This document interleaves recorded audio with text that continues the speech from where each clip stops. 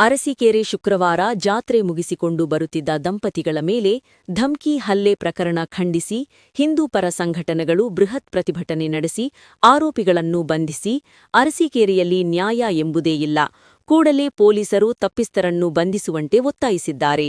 ಇಲ್ಲದಿದ್ದರೆ ಮುಂದಿನ ದಿನಗಳಲ್ಲಿ ಉಗ್ರ ಹೋರಾಟ ನಡೆಸುವುದಾಗಿ ಎಚ್ಚರಿಸಿದ್ದಾರೆ.